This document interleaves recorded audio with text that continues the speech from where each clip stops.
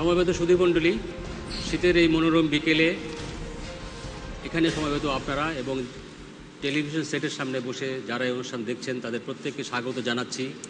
তরুণদের ভাবনা নিয়ে মাছরাঙা টেলিভিশনের এই বিশেষ আয়োজন আমরা আনিব রাঙা প্রভাত।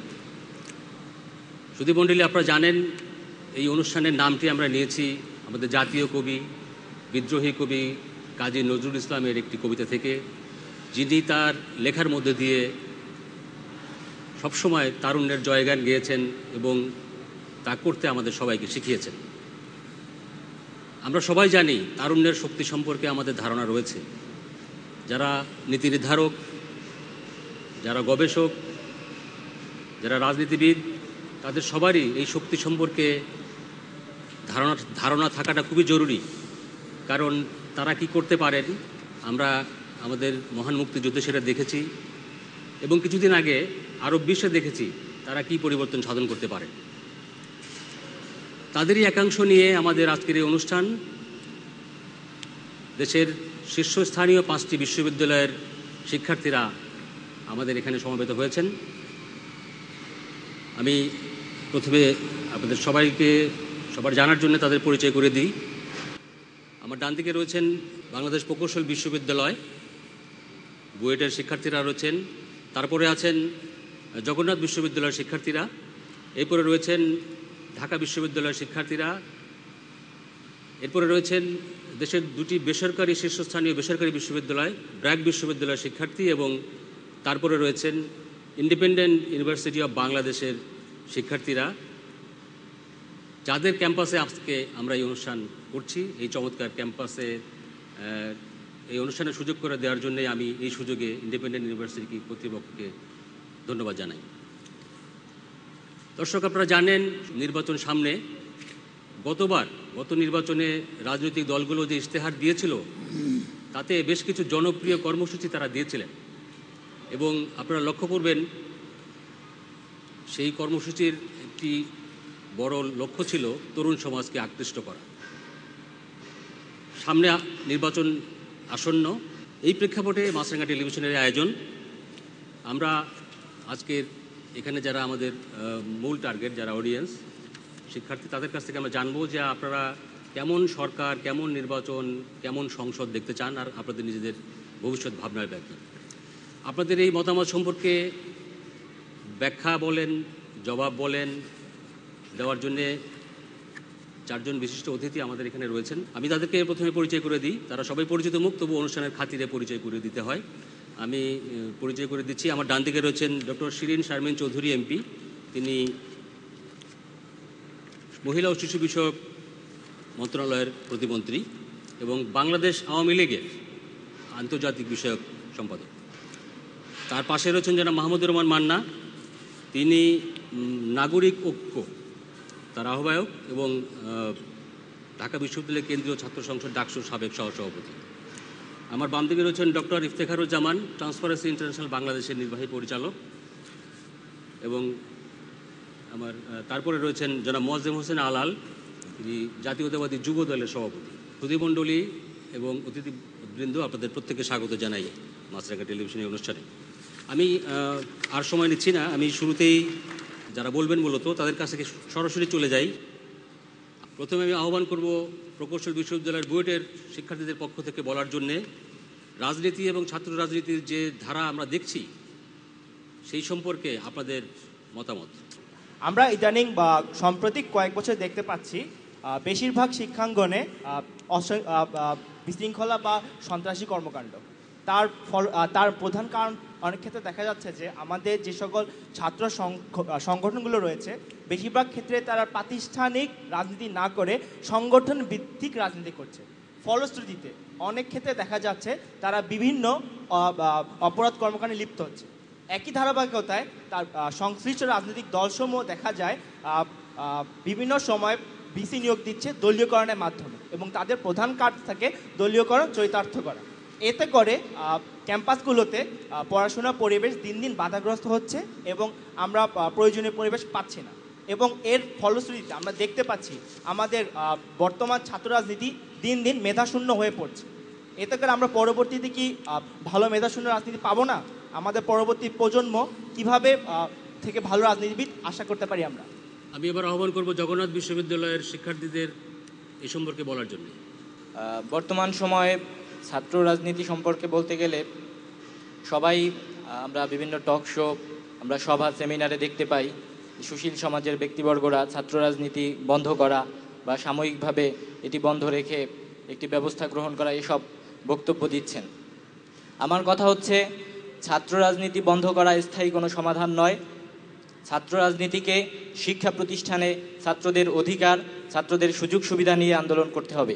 তাদেরকে কিছুতেই মূল রাজনীতির মূল দলের কর্মসূচি বাস্তবায়নের জন্য বাহিরে নেওয়া যাবে না, তাহলেই ছাত্র রাজনীতি ছাত্রদের কথা বলবে।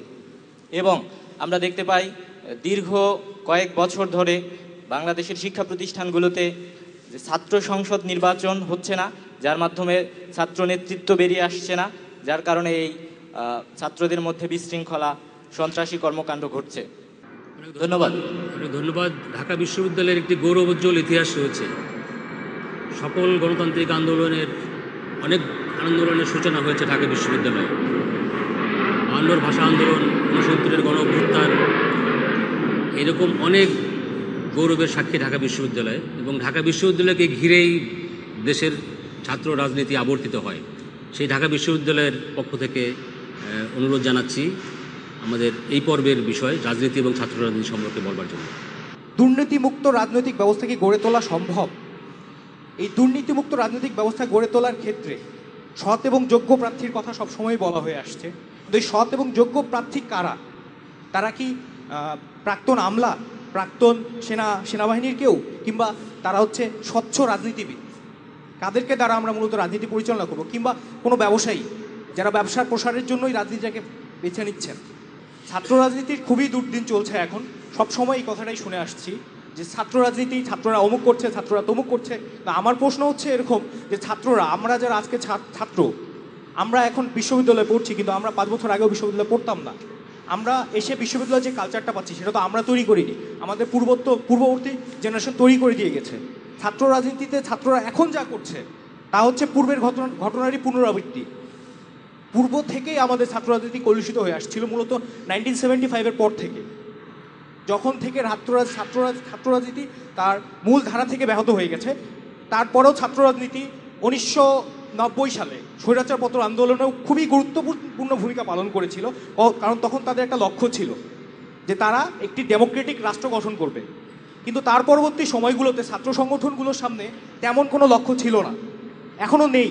আমার কোশ্চেনটা এই জায়গায় যে যদি আমরা পরিবর্তন করতে চাই কিংবা ছাত্র রাজনীতি বন্ধ করতে চাই, এটা কি সমাধান হতে পারে কোনো? অনেক ধন্যবাদ আপনাকে। আমি এবার আহ্বান করব ব্র্যাক বিশ্ববিদ্যালয়কে এই বিষয় সম্পর্কে বলবার জন্য। আমরা যদি বাংলাদেশের ছাত্র রাজনীতির শুরুর দিকে দেখি তাহলে বলতে হয় যে বাংলাদেশের মেধাবী মুখ যারা ছিলেন তারাই ছাত্র রাজনীতিতে অংশগ্রহণ করতেন। তাদের ছাত্র রাজনীতির মূল লক্ষ্য ছিল শিক্ষা প্রতিষ্ঠান ভিত্তিক। যেমন শিক্ষা প্রতিষ্ঠানে বেতন বৃদ্ধি হলে এবং শিক্ষা প্রতিষ্ঠানে যে কোনো সমস্যা তৈরি হলে তারা তারা আন্দোলন শুরু করতেন। কিন্তু বর্তমান প্রেক্ষাপটে আমাদের ছাত্র রাজনীতি এখন দলভিত্তিক রাজনীতিতে পরিণত হয়েছে। দুইটা দলে ভাগ হয়ে আমরা এখন ছাত্র রাজনীতি করতেছি। আমার প্রশ্ন হচ্ছে, এই যে এখনকার যুগে যে ছাত্র রাজনীতি, এই ছাত্র রাজনীতির ছাত্র বলতে আমরা কারা বোঝাচ্ছি, কাদের বোঝাচ্ছি? এই ছাত্র রাজনীতি কি তারাই যারা হচ্ছে কলম পেন্সিল দিয়ে লেখাপড়া করছি তারাই সেই ছাত্র রাজনীতির ছাত্র, নাকি যারা অস্ত্রের মহড়া দিচ্ছে তারাই ছাত্র রাজনীতির ছাত্র? ধন্যবাদ। Independent university of Bangladesh. আমরা আজকে শিক্ষা প্রতিষ্ঠানে অনেক নোংরা ছাত্র রাজনীতি দেখতে পাচ্ছি। ছাত্ররা অস্ত্র হাতে তুলছে, যেখানে ছাত্রদের হাতে বই কলম থাকা কথা ছিল সেখানে সেটা না থেকে তারা মারামারি করছে। তো এটা হয়ে আসছে। এভাবে ছাত্ররা যদি ছাত্র রাজনীতি নোংরাভাবে করতে থাকে তাহলে এভাবে জাতি অনেক পিছনে পড়ে যাবে। আমার কথা হচ্ছে এই নোংরা ছাত্র রাজনীতির কি সরকার কোনো দৃষ্টি দিচ্ছে না? ধন্যবাদ। রাজনীতি এবং ছাত্র রাজনীতি সম্পর্কে আপনারা বলেছেন। আমি এবার আমাদের প্যানেল আলোচকদের কাছে আসব। যারা মান্না, ছাত্র রাজনীতি নিয়ে আপনার সামনে যে আলোচনা হয়েছে তার মধ্যে দুটো পয়েন্ট গুরুত্বপূর্ণ। ছাত্র রাজনীতি আগে হয়েছে অথবা হওয়া উচিত ছাত্রদের স্বার্থ সংশ্লিষ্ট বিষয়ে, কিন্তু তা না হয়ে এখন যেটা হচ্ছে দলবাজি, এটি একটি। আরেকটি হচ্ছে আগের ছাত্র রাজনীতি করতেন মেধাবী ছাত্ররা, এখন ছাত্র রাজনীতি পুরোপুরি মেধা শূন্য। আর রাজনীতি সম্পর্কে একটি মন্তব্য এসেছে যে রাজনীতি ক্রমশ রাজনীতিবিদদের নিয়ন্ত্রণের বাইরে চলে যাচ্ছে। এটি রাজনীতির একটি বড় সংকট। প্রথমে জনাব মান্না। এই উদ্যোগটা খুবই সুন্দর এবং আপনি আমাকে যেরকম বললেন যে এই উদ্যোগটা আপনারা চালু রাখবেন, মানে কথাটা যেন ঠিক থাকে, এরকম করে চালু থাকে, তাহলে হয়তো এ সম্পর্কে আরও বেশ ভালো কিছু ফলাফল আসতে পারে। ব্যক্তিগতভাবে আমি এই 5টা বিশ্ববিদ্যালয়ের ছাত্রদের কথা শুনতে শুনতে এরকম মনে হচ্ছে যে অনেকগুলো ক্ষেত্রে যা দেখছি তা দিয়েই বিচার করছি, যা দেখতে পাচ্ছি না সেটা সম্পর্কে ধারণা করবার চেষ্টা করছি না। প্রথম কথা হলো, ছাত্র রাজনীতি কেবল ক্যাম্পাস ভিত্তিক হবে তার মানে বুয়েটের ছাত্র তার পাশে ঢাকা বিশ্ববিদ্যালয়ে যদি খুব একটা অন্যায় কিছু হতে দেখে তারা তাতে কোনো ভূমিকা পালন করবে না, অথবা ছাত্ররা তাদের জায়গায় থাকবে। সারা দেশের কৃষক শ্রমিক যদি খুব বড় সংকটে পড়ে, অথবা ধরেন এখন গণতন্ত্র সংকটে পড়েছে, রাজনীতির বড় সংকট হয়েছে, সমাজের কোনো সংকট হয়েছে, সেখানে যাবে না, এরকম কিন্তু হতে পারে না।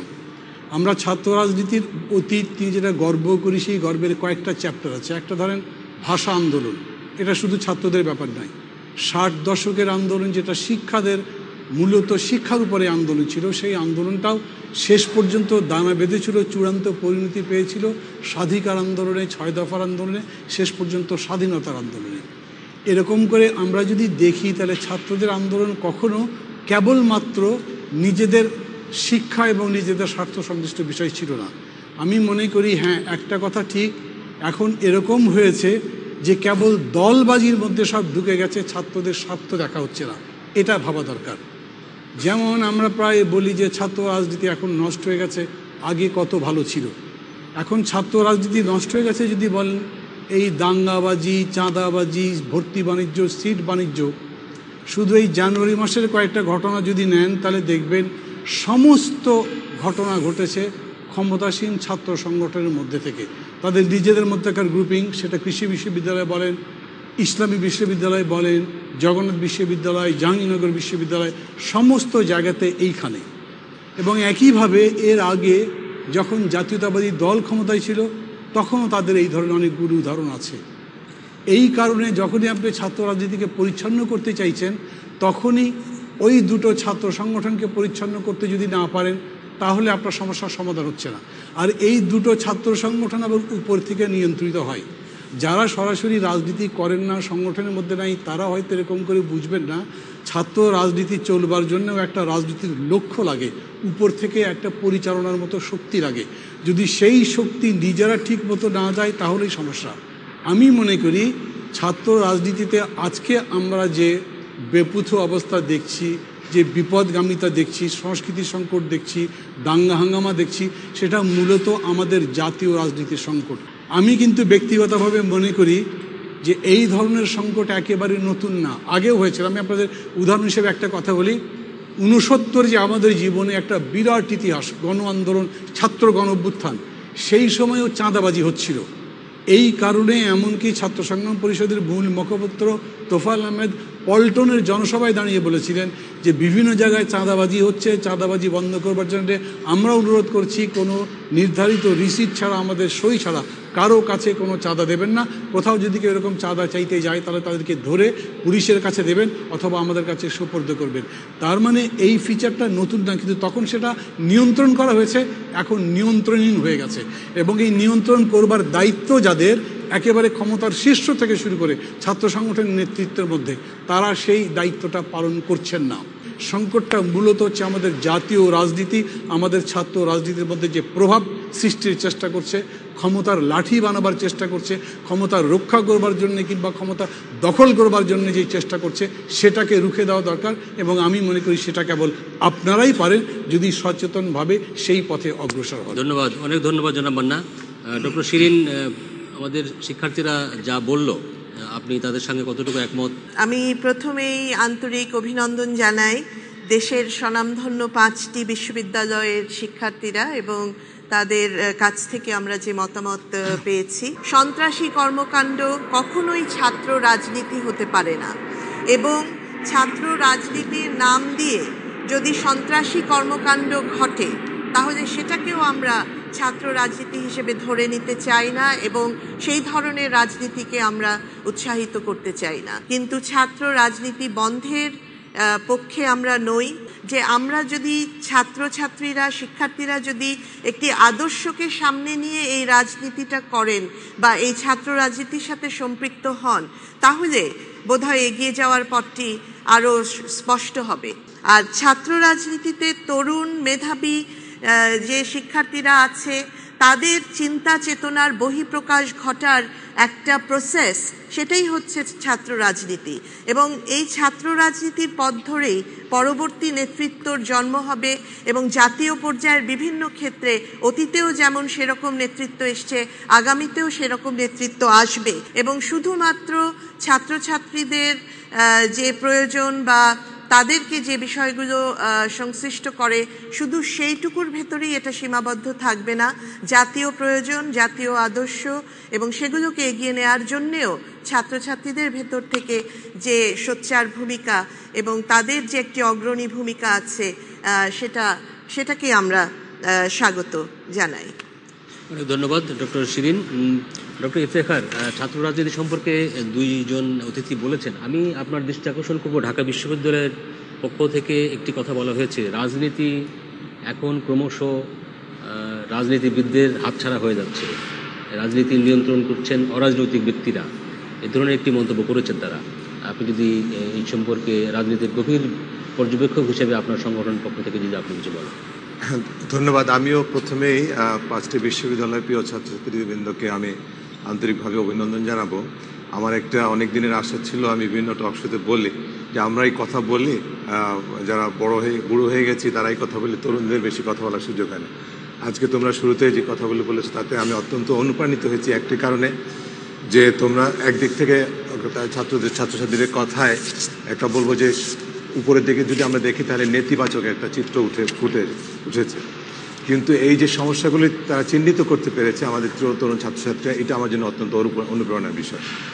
যে ছাত্র রাজনীতিতে যে চিত্রটা, সেটা কখনোই আমাদের জাতীয় রাজনীতি থেকে আলাদা করে দেখার সুযোগ নেই, এবং সেই কারণেই যে সমস্যাগুলোর কথা বলা হয়েছে। এবং জাতীয় রাজনীতিতে আসলে রাজনীতিবিদদের জন্য, সুস্থ রাজনীতিবিদদের জন্য ক্রমাগতভাবে কঠিন হয়ে যাচ্ছে, এবং যে রাজনৈতিক অঙ্গন আমরা যেটাকে বলি সেটা থেকে তারা ক্রমাগতভাবে দূরে সরে যাচ্ছে। কারণ রাজনৈতিক অঙ্গনটার মধ্যে অবশ্যই সুস্থ রাজনীতির ধারক বাহক আছেন, কিন্তু তাদের সংখ্যা কমছে যারা সুস্থ রাজনীতির বাইরে, যারা দুর্নীতির মধ্যে নিমজ্জিত, যারা দান্দিক রাজনীতিতে সুবিধা অর্জন করেন, তারাই কিন্তু পলিটিক্যাল স্পেস যেটা সেটা দখল করে নিচ্ছেন।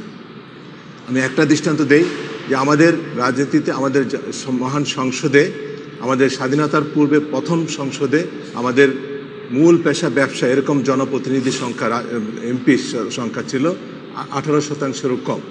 বর্তমান সংসদে সেটি 60%-এর বেশি।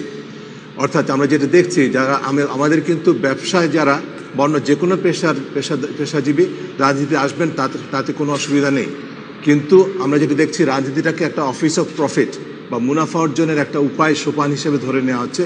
এবং যে কারণে তার সাথে যখন দান্দিক রাজনীতি যুক্ত হয় আমাদের দুটি বৃহৎ দল এবং জোটের, যার ফলে যেটা হয় আমাদের এই দুটোর সংমিশ্রণে যেটা হয় যে প্রচণ্ড দান্দিক একটা সম্পর্ক, সংঘর্ষের বিষয়। সেইখানটা আমরা দেখতে পাই যে আমাদের রাজনীতিটা হয়ে গেছে জেতা রাজনীতি। আমি যখন ভোটে আমরা জয়ী হই, আমরা মনে করি জনগণ আমাদেরকে রায় দিয়েছেন যে আমরা মুনাফা করার জন্য, হ্যাঁ, আর যারা হেরে যায় তারা মনে করি